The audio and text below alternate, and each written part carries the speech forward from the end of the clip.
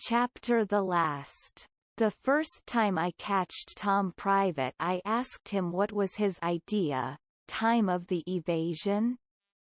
What it was he'd planned to do if the evasion worked all right and he managed to set a nigger free that was already free before? And he said, what he had planned in his head from the start, if we got Jim out all safe, was for us to run him down the river on the raft, and have adventures plumb to the mouth of the river, and then tell him about his being free, and take him back up home on a steamboat, in style, and pay him for his lost time, and write word ahead and get out all the niggers around, and have them waltz him into town with a torchlight procession and a brass band. And then he would be a hero, and so would we. But I reckoned it was about as well the way it was.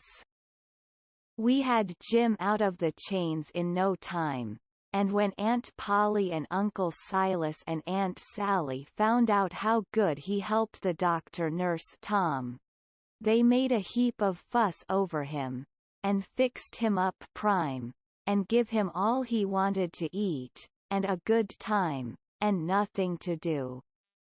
And we had him up to the sick room, and had a high talk, and Tom give Jim $40 for being prisoner for us so patient, and doing it up so good, and Jim was pleased most to death, and busted out, and says, "Daw, now, Huck, what I tell you up daw on Jackson Island. I tole you I got a Harry Breyas, en what's de sign on it, en I tole you I been rich wunst, en gwinneter to be rich again, en it's come true, en heya she is. Daw, now, don't talk to me signs as signs. Mine I tell you, and I knowed G's, well, at I, ooze gwinneter be rich agin as I's a stanin heya dis minute." And then Tom he talked along, and says, "Le's all three slide out of here one of these nights and get an outfit, and go for howling adventures amongst the Injuns, over in the territory, for a couple of weeks or two." And I says, "All right, that suits me, but I ain't got no money for to buy the outfit, and I reckon I couldn't get none from home, because it's likely Pap's been back before now, and got it all away from Judge Thatcher and drunk it up." "No, he hain't. Tom says it's all there yet, $6,000 and more, and your Pap hain't ever been back since." "Hadn't when I come away, anyhow," Jim says, kind of solemn. "He ain't a comin' back no mo, Huck."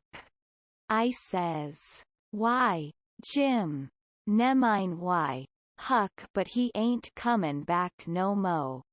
But I kept at him, so at last he says, "Don you 'member de house dat was floatin' down de river, en dey was a man in da, kivered up, en I went in en unkivered him and didn't let you come in? Well, den, you kin git yo money when you wants it. Kase dat was him." Tom's most well now, and got his bullet around his neck on a watchguard for a watch, and is always seeing what time it is, and so there ain't nothing more to write about, and I am rotten glad of it, because if I'd a knowed what a trouble it was to make a book I wouldn't a tackled it, and ain't a going to no more. But I reckon I got to light out for the territory ahead of the rest, because Aunt Sally she's going to adopt me and civilize me, and I can't stand it. I been there before.